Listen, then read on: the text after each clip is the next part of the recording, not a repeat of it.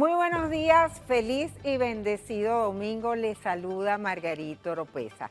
Gracias, muchísimas gracias por acompañarnos en Abriendo Puertas siempre.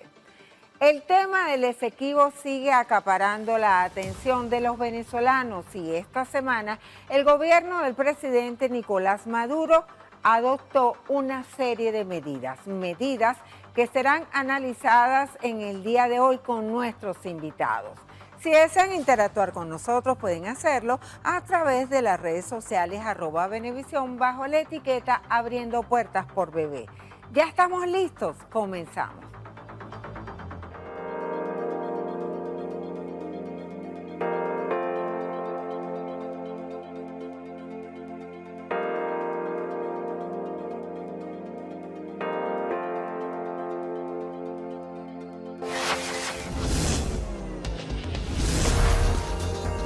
Abriendo Puertas.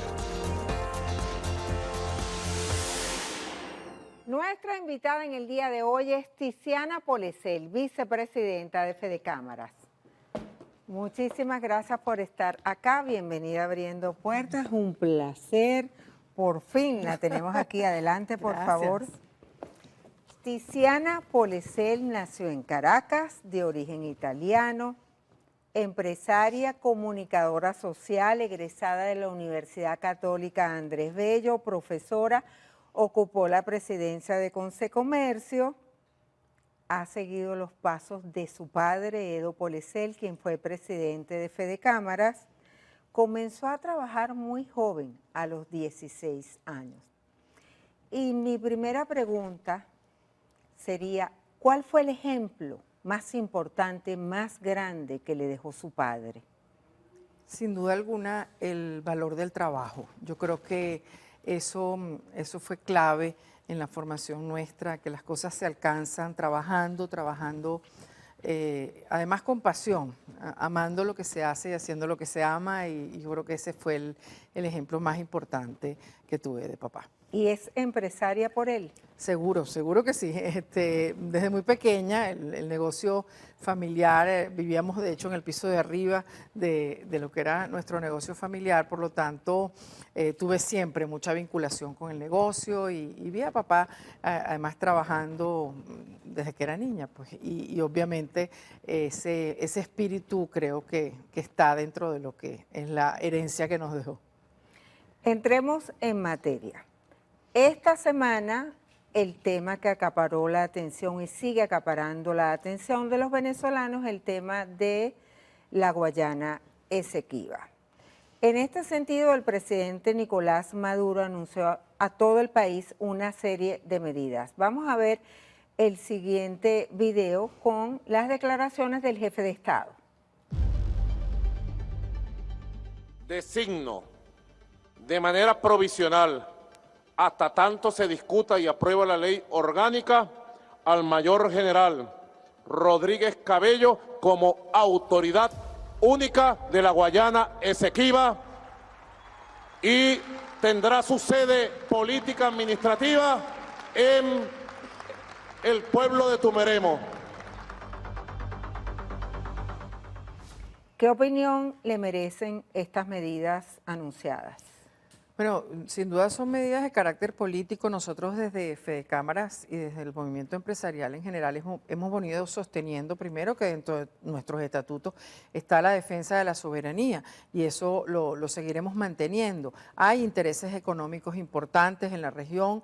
Evidentemente nosotros quisiéramos que este conflicto se abordara primero siguiendo los canales de la paz, siguiendo los canales del diálogo, que sea, como hemos dicho en nuestros pronunciamientos, de manera consensuada, que no generemos más conflictos de los existentes, pero siempre estableciendo claramente ese concepto de soberanía que es importante. Hay intereses, sería muy importante para la economía venezolana justamente trabajar en ese territorio, porque hay definitivamente aspectos importantes que la economía puede abordar y el sector privado estaría dispuesto a participar en eso.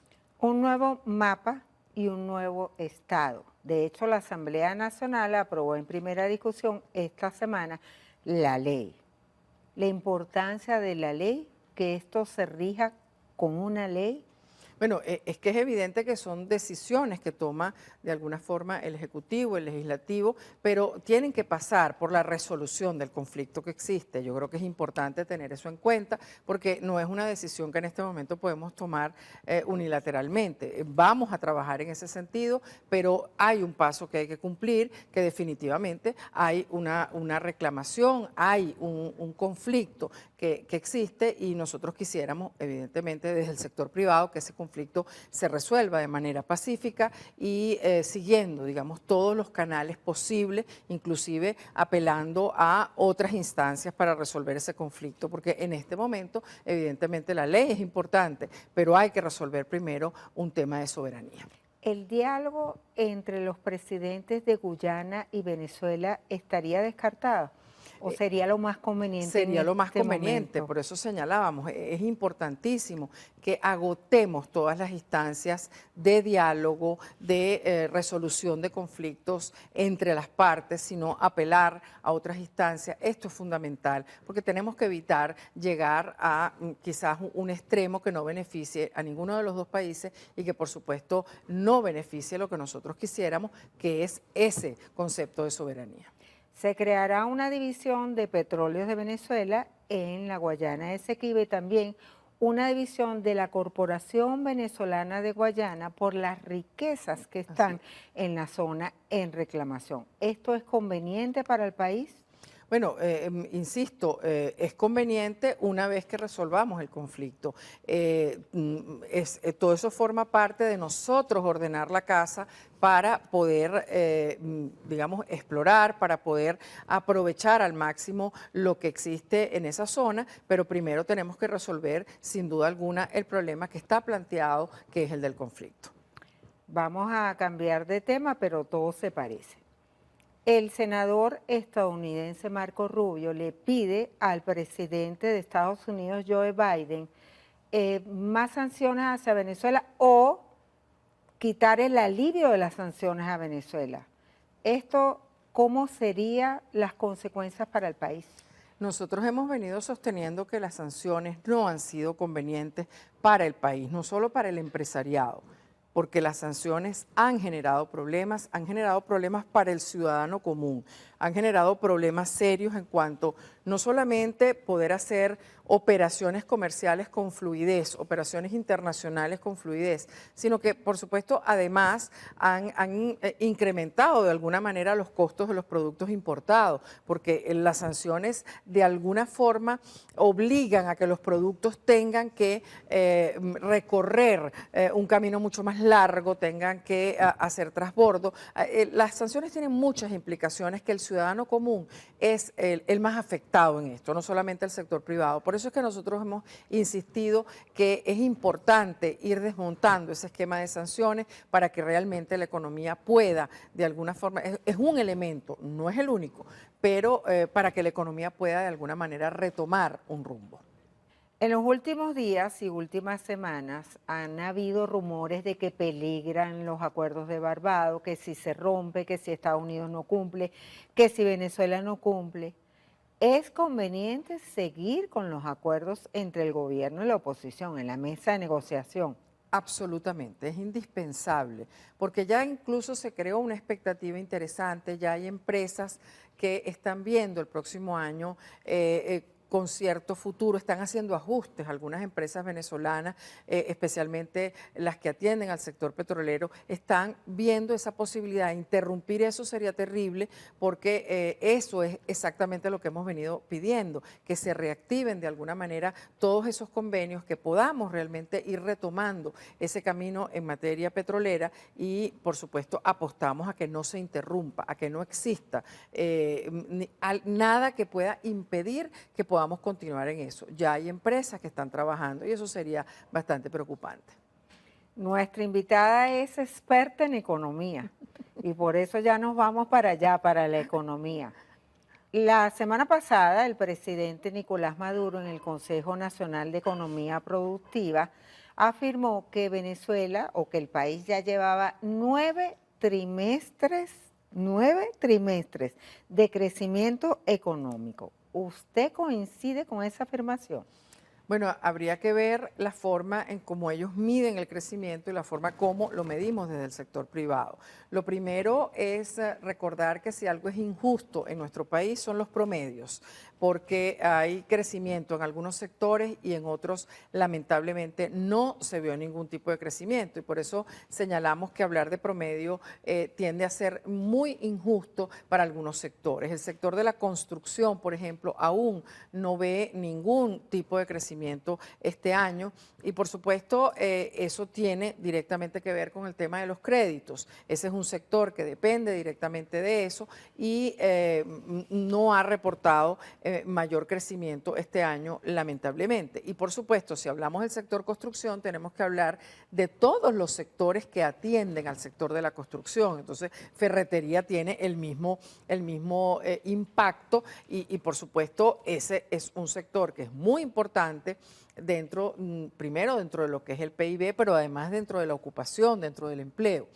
Hay sectores que tampoco reportan crecimiento importante o por lo menos no el crecimiento que se esperaba. Lamentablemente teníamos mayores expectativas en turismo y ha sido en algunas regiones probablemente sí hay crecimiento, en otras no. Esa es otra de las razones que hablar de promedios para nosotros es injusto, porque la situación que vemos en algunas ciudades no se repite en todo el país. Hay regiones que se mantienen muy deprimidas y donde más bien han reportado un decrecimiento este año. Ahora, ¿cuáles son las proyecciones del sector empresarial para el 2024? Porque ya estamos finalizando el año. Ya creo que nos hemos acostumbrado a ser muy moderados en cuanto a las expectativas, porque ya vimos que este año teníamos expectativas altas y no se cumplieron. Entonces tendemos a ser bastante más conservadores en todo lo que se refiere a las eventuales inversiones entre lo que nosotros queremos hacer. Creemos que va a haber crecimiento, pero es un crecimiento que no es, digamos, un crecimiento numéricamente todavía importante, pero sí sentimos que justamente con lo que mencionábamos antes de esa apertura en cuanto a lo que es el sector petrolero, podamos ver una mejoría importante, especialmente en algunas regiones. Por ejemplo, el hecho de que este año formalizamos nuestras relaciones con las islas Aruba, Bonaire, Curazao, el hecho de que hemos avanzado en las relaciones con Colombia. En la frontera, todo eso, este año, si se quiere, fue un año de arranque, fue un año que teníamos que cubrir algunos pasos burocráticos, teníamos que cumplir algunos pasos y por supuesto en lo que es las regiones fronterizas, en lo que es todo el sector que pudiera atender el comercio hacia las islas Aruba, Bonaire y Curazao, hay expectativa positiva. Por eso puntualmente hay que verlo. Obviamente hay factores que están atentando contra esa perspectiva positiva, como es el de los servicios públicos, el del crédito y por supuesto el de la carga tributaria que tenemos. De eso vamos a hablar en la próxima parte. Vamos a hacer una pausa. Nos acompaña Tiziana Polecel, vicepresidenta de Fedecámaras. Ya venimos, quédese allí en Abriendo Puertas y con Abriendo Puertas.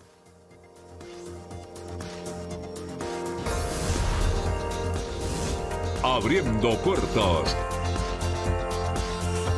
Y continuamos en Abriendo Puertas, conversando con Tiziana Polecel, vicepresidenta de Fedecámaras. El Observatorio Venezolano de Finanzas señala que solo en este mes de noviembre la inflación apenas subió 1.8% y es la más baja en 7 años. ¿Vamos bien? Depende. Si lo vemos desde el punto de vista de ese crecimiento de inflación, sin duda alguna hemos logrado de alguna forma detener ese crecimiento, pero todavía seguimos teniendo uno de los niveles de inflación más altos del mundo. Todavía hay camino que recorrer. Incluso la más alta de América Latina. Entonces, todavía tenemos camino que recorrer, pero creemos que, si bien, insisto, el año no ha sido lo esperado en términos de resultados, sin duda alguna vemos el año el próximo año 2024 con cierta expectativa positiva. ¿Cómo está actualmente el sector industrial y el comercial del país? Bueno, primero dependen muchísimo uno de otro. Yo diría que lo principal que están abordando ambos sectores en conjunto es la lucha contra el contrabando. Eso es primero el rasgo común entre los dos sectores, ¿no?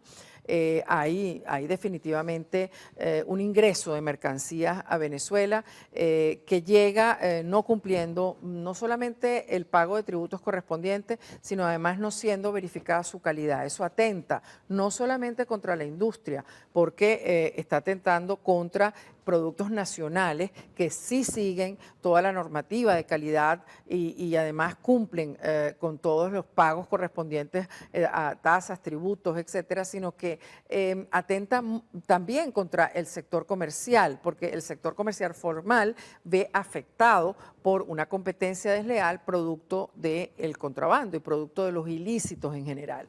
Entonces, esa es una lucha que han llevado los dos sectores. Yo diría que es un rasgo importantísimo, es una tarea que tenemos para el próximo año. Vimos positivamente la creación de una instancia que además viene por mandato presidencial directamente con la idea justamente de combatir esto que afecta muchísimo no solamente a la empresa privada, no solamente a los industriales, no solamente a los comerciantes, afecta muchísimo al consumidor, porque finalmente puede estar consumiendo productos que no tienen la calidad mínima requerida, que no tienen la certificación necesaria para ser consumidos, para poder realmente que el consumidor los adquiera con tranquilidad. Entonces, no es un problema solamente de comerciantes industriales, es un problema también que afecta a los consumidores. Vemos positivamente la creación de esa instancia, queremos participar activamente, tanto el sector industrial como el sector comercial, en justamente las mesas, las reuniones, las mesas de trabajo que se hagan, porque somos nosotros los que por el conocimiento que tenemos, tanto industriales como comerciantes, que sabemos dónde están, en qué sectores se detectan esos ilícitos, se detectan el contrabando, que definitivamente estaría afectando muchísimo a la producción nacional y al comercio en general. ¿Ha disminuido el consumo? El consumo depende del tipo de productos, depende, hay una movilización del consumo en algunos sectores, cada sector reporta movimiento, pero insisto, eso tiene muchísimo que ver con la propia situación de este año, que ha sido un año complejo e insisto, no con los números esperados. Entonces, sí, por supuesto, cuando se analiza la cesta, se ve que hay una modificación, no quizás solo en los productos que adquiere, sino en la cantidad que adquiere de los mismos productos que venía adquiriendo antes. Ahí vemos un consumidor mucho más responsable, un consumidor que está buscando precios, que recorre, que investiga para ver dónde están las mejores opciones. Y ahí es donde tenemos que ser muy cuidadosos justamente y hacemos ese llamado al consumidor, que muchas veces un producto con un precio demasiado bajo puede ser indicativo de que no está cumpliendo con la calidad mínima requerida para ser consumido. Los empresarios han cuestionado el impuesto a las grandes transacciones financieras. Le han pedido al gobierno, concretamente a la Asamblea Nacional, modificarlo al menos, reducirlo. ¿Cómo les ha afectado su aplicación? Bueno, siendo un impuesto y que además lo señalamos en el momento de su implementación, ha resultado inflacionario. Ese es un impuesto que impacta dependiendo, digamos, de lo que es el movimiento dentro de la cadena de comercialización, puede impactar el precio del producto hasta en un 12%. Eso, por supuesto, hemos señalado para nosotros representa un impuesto inflacionario, pero lo más importante es que probablemente no ha ocurrido lo que se esperaba de ese impuesto, que era restablecer el bolívar como moneda transaccional. Todavía, digamos, eso es un objetivo que no se ha logrado y por eso hay sectores dentro del movimiento empresarial que piden la eliminación, hay otros sectores que incluso hablan de una modificación. Esa modificación no solamente sería en la alícuota, sino también pensado, incluso han propuesto algunos sectores que ese impuesto sea como el IVA, que de alguna manera se puede cruzar, se puede de alguna manera compensar. Creemos que cualquiera de esas opciones sería válida porque sigue siendo un impuesto que, insistimos, ha resultado inflacionario. La ley de armonización tributaria, ¿cómo ha sido el proceso? ¿Se han adaptado ya las municipalidades, los estados en su aplicación o hay algunos problemas? Bueno, en este momento quizás estamos en un momento que consideramos importante que se entienda la necesidad de la publicación del tabulador. Nosotros estuvimos participando, algunos sectores empresariales participaron en mesas de trabajo para el establecimiento de las alícuotas. Eso es lo que le va a dar a las alcaldías una orientación de justamente lo que deberían estar cobrando. Como ese tabulador aún no ha sido publicado, algunas alcaldías han tomado ciertas decisiones que consideramos son a destiempo, porque lo lógico y lo que nosotros todos habíamos entendido, que había que esperar la publicación del tabulador. El presidente lo anunció hace 2 semanas, que ya estaba listo. Obviamente, eso es un paso que es importantísimo que demos. Lo que sí nos preocupa es que hicimos una encuesta interna dentro de lo que son las cámaras regionales y muy pocas cámaras han logrado tener reuniones con los alcaldes justamente para ir revisando. Porque una vez que salga el tabulador, también hay que modificar ordenanzas. ¿Y quiénes son los que aplican las ordenanzas? Bueno, justamente son los comerciantes, los industriales, las empresas de las regiones. ¿Y quiénes de alguna forma son los beneficiarios de esas ordenanzas? El público. ¿Pero es posible volver a los créditos en Venezuela? Bueno, en eso, por supuesto, trabaja la asociación bancaria. En eso estamos, lógicamente, solicitando que primero se tomen medidas, porque el crédito tiene mucho que ver con la confianza. Entonces, si nosotros logramos que desde afuera nos vean de manera confiable, como un país que realmente en el que se puede invertir, en un país donde se va a respetar el derecho a la propiedad, en un país donde hay Estado de Derecho, todos esos elementos nos traen confianza y la confianza trae créditos, trae movimiento incluso de otros países. Nosotros tenemos que ir hacia eso, tenemos que caminar.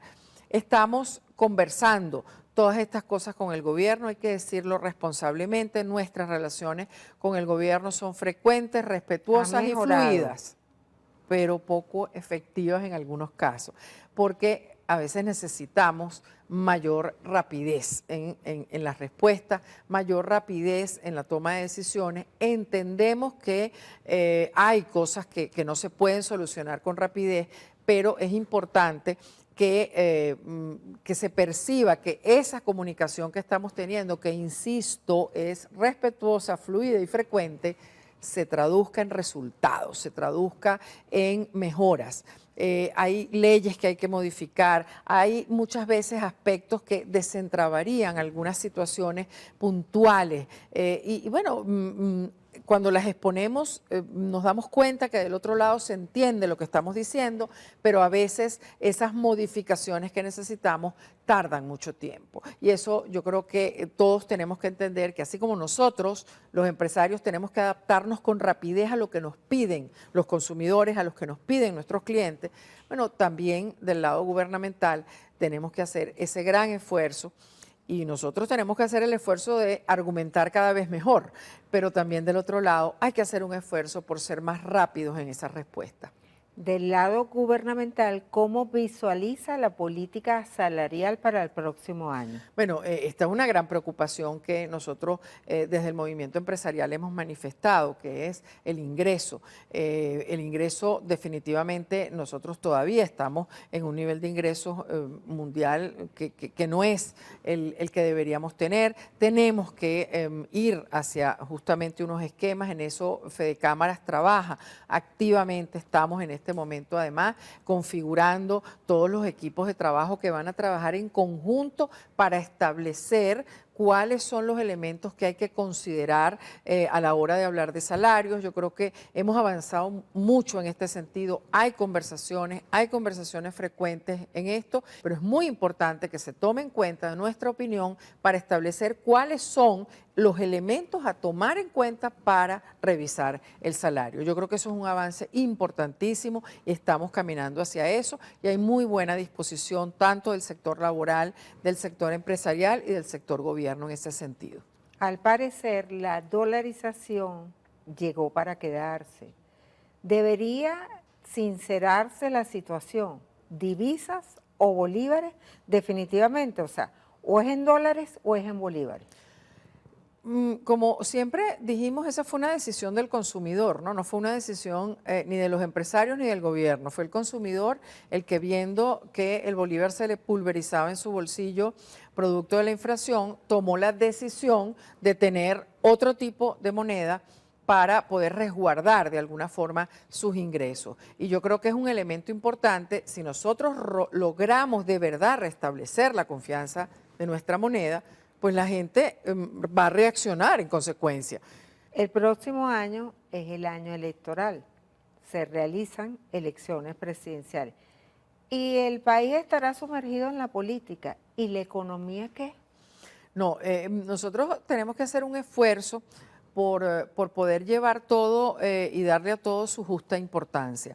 La economía es importante, la gente está esperando mejoras, la gente está esperando sueldos más justos, la gente está esperando más tranquilidad, la gente está esperando oportunidades, la gente está esperando poder elegir entre 2 o 3 trabajos diferentes. Me hacías antes las preguntas del salario mínimo. A mí lo que me gusta hablar no es de mínimos, es de máximos, que la gente pueda escoger dónde trabajar porque le están ofreciendo mejores sueldos en 2 sitios diferentes. Yo creo que hacia eso tenemos que apuntar, no a mínimos, tenemos que apuntar a máximos, tenemos que apuntar justamente a que, si bien es cierto, la política es muy importante, si bien es cierto, son decisiones importantes, pero yo creo que de los políticos, de nosotros, de todo el país, lo que está esperando es trabajar en paz, podernos realizar, que cada quien se pueda dedicar a la actividad que de verdad quiere dedicarse. Yo creo que a eso hay que apuntar,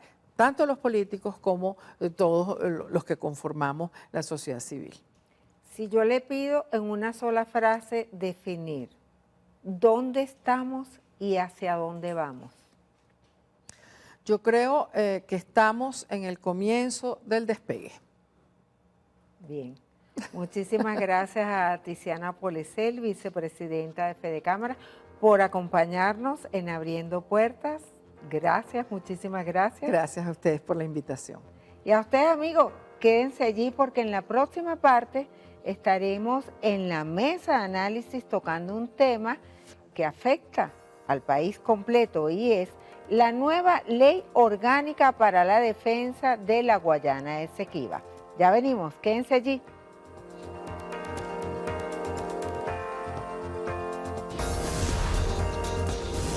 Abriendo Puertas.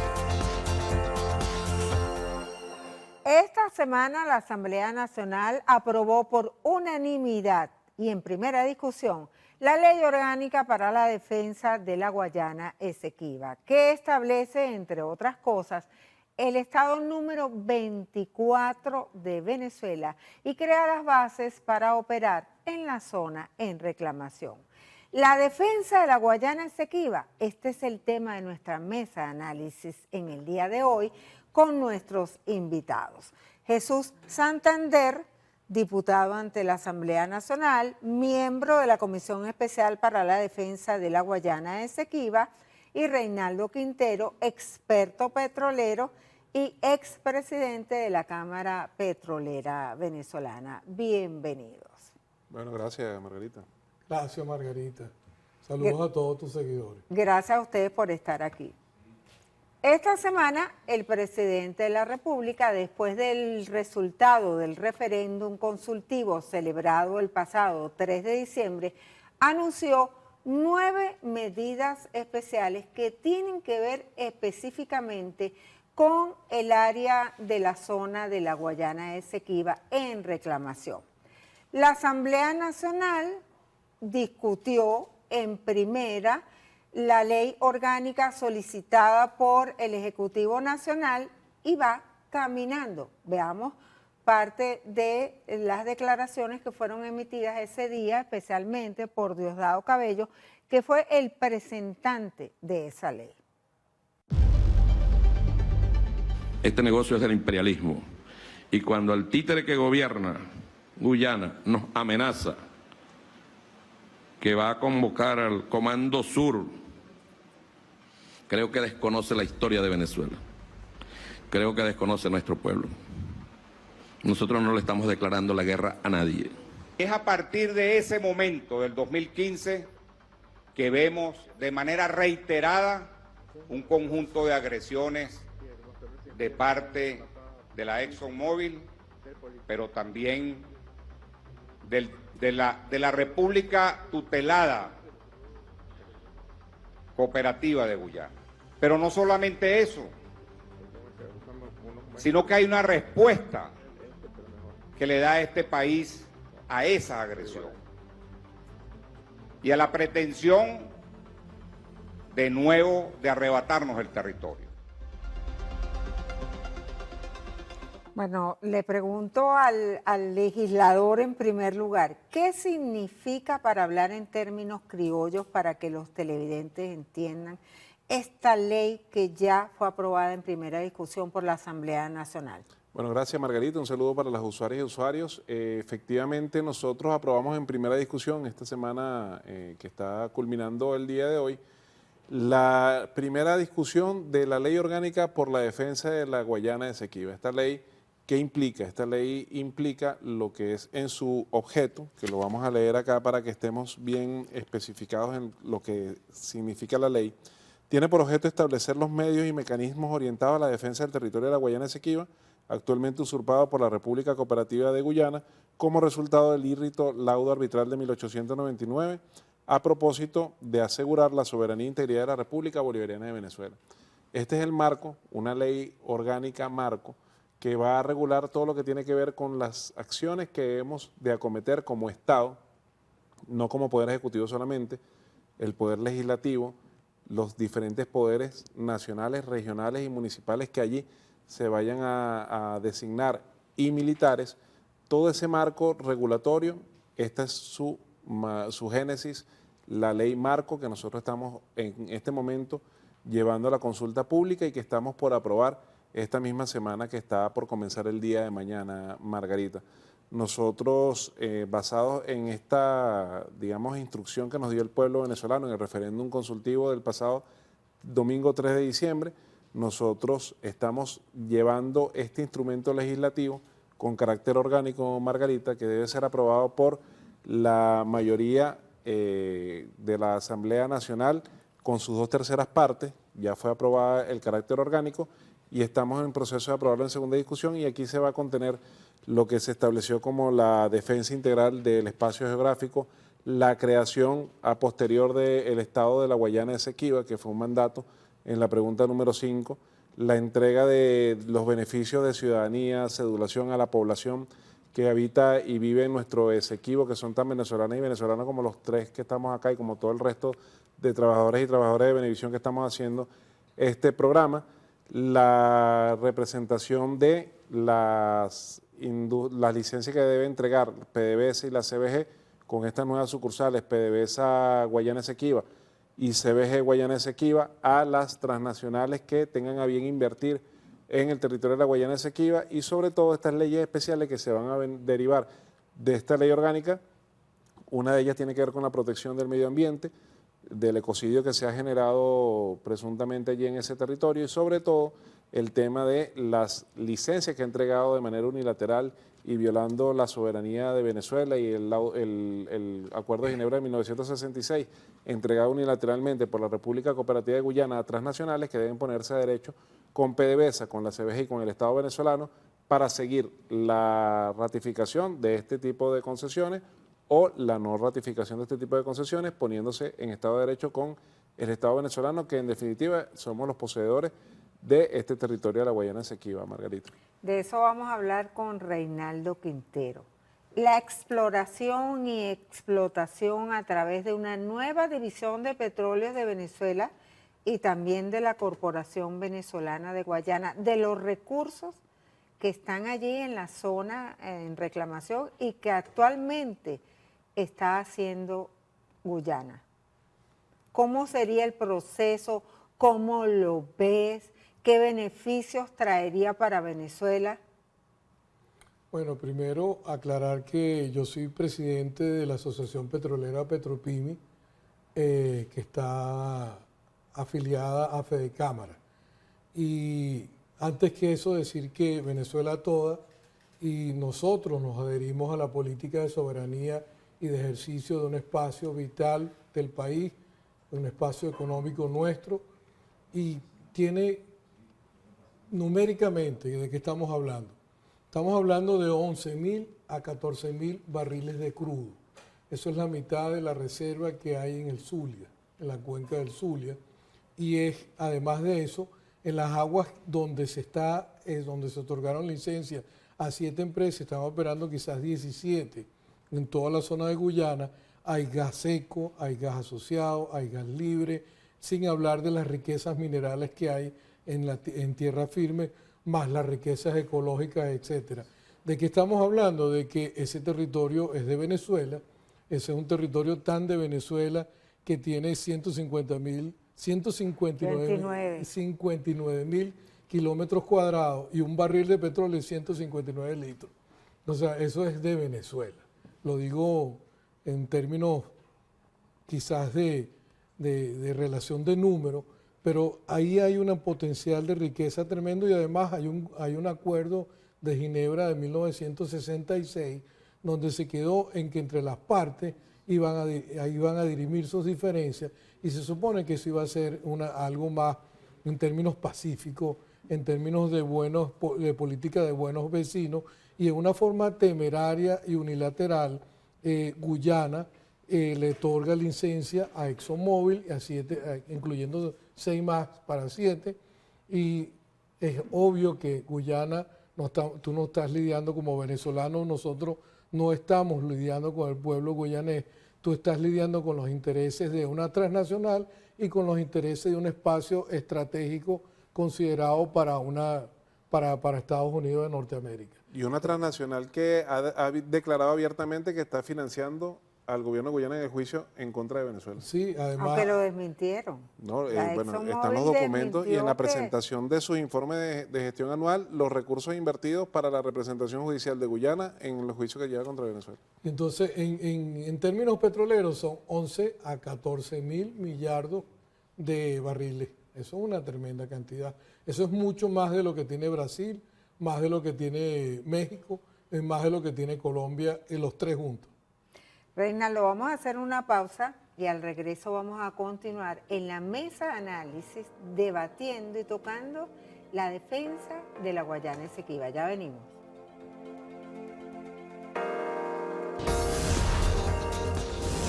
Abriendo puertas. Continuamos en Abriendo Puertas, entre otras cosas, analizando la defensa de la Guayana Esequiba y todo lo que tiene que ver con la ley orgánica recién aprobada en primera discusión por la Asamblea Nacional. Reinaldo, el tema de las licencias y el agregado que el presidente Nicolás Maduro ha dicho que estas compañías que están petroleras, que están operando en la zona, vamos a decir, en el mar Atlántico, tienen 3 meses para salir de allí. ¿Y cómo sería el proceso de contratación por parte de Venezuela de las nuevas compañías para la exploración y explotación del petróleo y del gas y de otra? Mira, eso es un tema bastante complejo, porque nosotros como nación estamos sometidos no a sanciones, esas son medidas unilaterales, coercitivas unilaterales, puesto que no fueron nunca pasadas por el sistema de seguridad ni el Consejo de Seguridad de la ONU, sino que es una medida que toma Estados Unidos de Norteamérica contra Venezuela, limitando sus derechos económicos. Y tengo que hablar también, yo siempre he mencionado autosanciones, cosas que hemos hecho nosotros que no son propias de otros, de terceros, sino que hemos tomado decisiones que quizás no son las mejores. Pero en este caso nosotros tenemos digamos, estamos transitando de una recuperación económica que es como un puente de cristal, es como esta mesa. Si tú le pisas duro la parte, si le corres la parte, si le pones peso de más la parte, hay que saber tratar esto. El artículo 21 lo dice bien claro. Las empresas que están operando en Guyana van a tener limitaciones o van a estar excluidos para operar en Venezuela, lo cual yo estoy de acuerdo. Pero a la ley también quizás no debe tener retroactivo. Hay empresas como Chevron que adquirieron un activo mundial en una empresa que se llama GES, digamos, una estrategia de 3 décadas, donde nosotros tenemos que dialogar con los actores que han sido serios y consistentes con Venezuela y hacer digamos, el mejor esfuerzo de la diplomacia y de la negociación.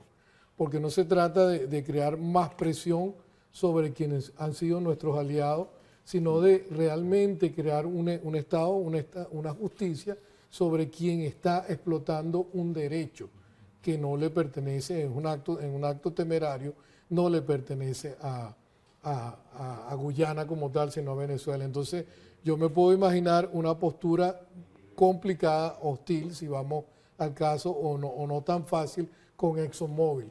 Pero empresas que han estado aquí operando, que han venido sobre la fe del cumplimiento, de que hay una relación de largo plazo, hay que hacerlo con guantes no de seda, con paso firme, pero con la confianza que se tiene que generar entre dos partes que están operando en buena fe. Sí, fíjate, Margarita, el artículo 21, que habla sobre la prohibición de la contratación, como bien tú lo dices, es porque nos estamos colocando a derecho. Estamos diciéndole a esas empresas que obtuvieron de manera ilegal, desde el punto de vista de la jurisdicción internacional y sobre todo desde el punto de vista de la jurisdicción interna nuestra como venezolanos, porque es un territorio venezolano, la República Cooperativa de Guyana, para que le podamos explicar mejor a las usuarias y usuarios que nos están sintonizando, no solamente ha entregado licencias para la explotación y exploración en un mar pendiente por delimitar. Ellos se han atrevido y han entregado licencias en un mar que, si bien observamos acá en el mapa de Venezuela, en un mar que nos pertenece a nosotros por el territorio del Tamacuro, que es indiscutiblemente venezolano y que es nuestra salida al Océano Atlántico. Es decir, que las transnacionales que hayan recibido este tipo de licencia, que hayan llegado a un acuerdo con la República Cooperativa de Guyana, deben saber de que, primero, que están violentando un territorio que no le pertenece a la República Cooperativa de Guyana para explorar un crudo y un gas que no le pertenece a la República Cooperativa de Guyana, sino que nos pertenece a los venezolanos, en el caso de este mar que es indiscutiblemente venezolano, que es nuestra salida al Océano Atlántico. Adicionalmente, por el Acuerdo y Tratado de Ginebra, que bien lo decía el profesor Ricardo, nos lleva a un proceso de negociación entre ambos países para esa zona que está pendiente por delimitar, que allí a bien lo ha explicado el profesor Ricardo. Esas son licencias que no debieron haberse entregado de manera unilateral por parte de la República Cooperativa de Guyana. Está muy mal hecho desde el punto de vista del derecho internacional y desde el punto de vista del derecho interno venezolano, y por eso es que esta ley busca preservar los intereses y los derechos del pueblo venezolano, no solamente sobre ese mar pendiente por delimitar, Margarita y Reinaldo, sino el mar que está incontrovertiblemente nos pertenece a las venezolanas y venezolanos. Este artículo está muy claro y lo que se le dice a esas transnacionales es que se pongan a derecho, que tienen que negociar con los organismos del Estado, que son los responsables y los que tienen la autoridad por parte del Ejecutivo Nacional, que es PDVSA, en este caso la sucursal que se va a crear de PDVSA Guayana, PDVSA Esequibo, y CBG Esequibo para el caso de la explotación de otros minerales. Pero deben ponerse a derecho y sobre todo con el tema ambiental, Rinaldo, no sé si tú me sigues, porque no podemos seguir permitiendo una explotación indiscriminada en un territorio que está afectando el ecosistema y la parte de la Guayana, Esequiba, que es todo lo que comprende la Guayana, es el territorio más originario, es la roca más dura que tiene el planeta Tierra entero, es el bosque más grande que tiene el planeta entero y debemos preservarlo y por supuesto este tipo de explotación indiscriminada no lo podemos permitir.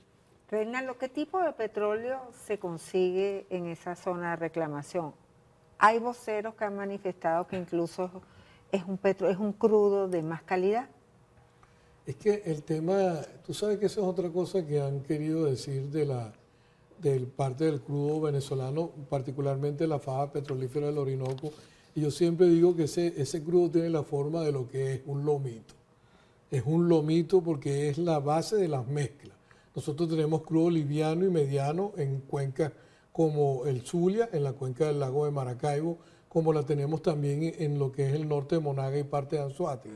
En el caso de Guyana o Guayana, Esequiba, nuestra Guayana, hay crudo liviano, hay crudo mediano, hay pesado también, hay gas seco, hay gas asociado y gas libre.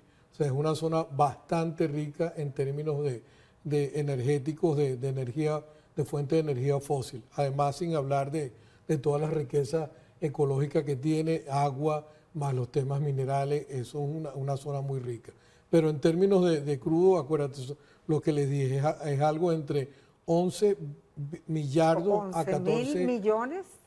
11 mil millones de barriles a 14 mil millones de barriles, solamente con las exploraciones preliminares que ilícitamente hicieron en el país vecino. Así es. Sí, actualmente ocupa el puesto 17, Guyana, en el área petrolera, ¿no? No, en producción. Pero digamos, en reserva nosotros somos el primero. Claro, nosotros hemos estado sometidos a las sanciones, medidas coercitivas unilaterales, más las cosas que nosotros hemos dejado de hacer bien. Pero nosotros podemos llegar a 1 millón, a 2 millones, dependiendo de cómo vayamos incorporando recursos en términos de tiempo, en términos de transparencia, de hacer las cosas bien. Y tengo que también darle crédito al equipo que está ahorita ejerciendo las labores en el ministerio. El ingeniero coronel Tellechea y su grupo son gente trabajadora y van haciendo las cosas bien a los trabajadores y trabajadoras de PDVSA. Nosotros seguimos incorporando socios buenos y gente del área, nosotros podemos llegar al 1.500.000, y siempre he dicho esto y quiero dejar este mensaje bien claro para todas las personas que me están oyendo y a los seguidores de tu programa. No se trata de tener esas cantidades exorbitantes de dinero que han dicho, 100 billones de dólares, 200 billones de dólares. Aquí se trata de incorporar grupos empresariales buenos. Ya tienes a Chevron, Power-Prom, Eni, Rexol, grupos nacionales como el que nosotros trabajamos. Si tienes 10 empresas de esta categoría bien elegidas, pues vas a tener buenos resultados. Si tú tienes un negocio y quieres que sea sano, tienes que buscar socios buenos. Y los socios buenos son socios con experiencia. Todos aquellos que tenemos más de 50 años trabajando en la industria, 50, 100 años, y más Venezuela, que tiene 145 años de petróleo, no tiene 109 de Sumaque, ni 100 de Chevron, tiene 145 de petróleo del Táchira, cuando los Pulidos en 1878 hicieron las primeras pozos en este lado del planeta, se hicieron en Venezuela en el Táchira. Y la primera refinería, los primeros productos refinados fueron hechos en el Táchira. Casi 145 años cumplimos.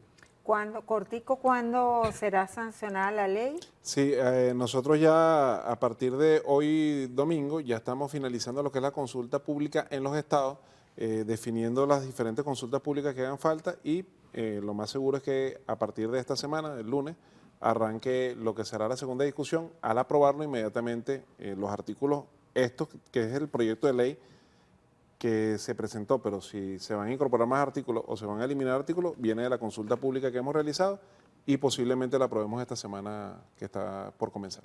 Bien, muchísimas gracias a Jesús Santander y a Reinaldo Quintero por ayudarnos a conocer más en profundidad o un poco más este tema que acapara la atención de todos los venezolanos en este momento. Y a ustedes, amigos, la invitación es para que nos acompañen el próximo domingo, siempre a la misma hora, a las 8 de la mañana, por aquí por Venevisión, abriendo puertas.